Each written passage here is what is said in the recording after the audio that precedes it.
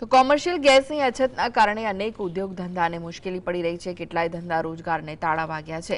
ત્યારે પરપ્રાંતીય શ્રમિકોએ વતન જવા રવાના થયા। ઉધના રેલવે સ્ટેશને વતન જવા માટે પરપ્રાંતિયોનો ધસારો જોવા મળ્યો। કેટલાય શ્રમિકો ભાડાના મકાનમાં રહેતા હોય છે અને ઘરમાં રાંધણ ગેસ નથી।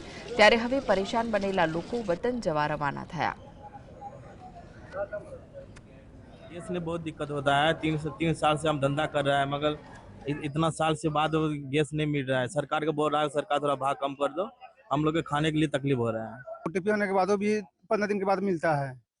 एजेंसी से लाना पड़ता है। वो बोलता है कि ओटीपी दिखाओ, तब उसके बाद भी नंबर नहीं लगता है, न बतला देता है। हाँ, मजदूर सब है, कमा रहा, खाएगा क्या? खाना मिलेगा तब ना कमाएगा। यही सब प्रॉब्लम है।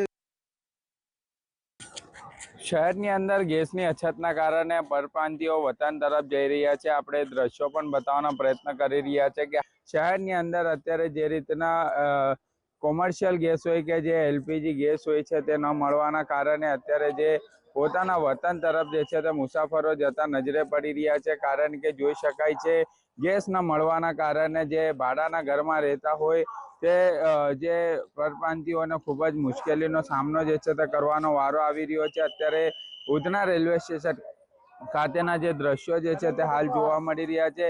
લાંબી કતાર જે છે તે હાલ જોવા મળી રહી છે અને તે કતારની અંદર એક સાથે અત્યારે તમામ જે પરપ્રાંતિયો જે છે તે અત્યારે તેમના માત્ર વતન જઈ રહ્યા છે। હાલ જે રીતના અત્યારે સ્થિતિ જોવા મળી રહી છે, जो मुसाफरो थे एमनी जोड़े पर बात करने प्रयत्न कर दिया है। क्यों जा रहे होगा? बहुत परेशानी में, कुछ भी नहीं मिल रहा। 4 दिन से भूखा थे, इसी वजह से गाँव जा रहे। क्या नहीं मिल रहा? गैस भैंस 500 रुपया किलो वो भी नहीं। ये रीतना अत्यारे एक तरफ तहेवार આવી રહ્યો છે, બીજી તરફ ગેસની અછત જે છે તે હાલ જોવા મળી રહી છે અને તેના જ કારણે અત્યારે જે સ્થિતિ જે છે તે હાલ જોવા મળી રહી છે। ઉધના રેલવે સ્ટેશન દ્રશ્યો જોવા મળી રહ્યા છે। ખૂબ જ મોટી સંખ્યામાં ભીડ જે છે તે જોવા મળી રહી છે। સાહિત્ય જગતાપ, જીએસટીવી સુરત।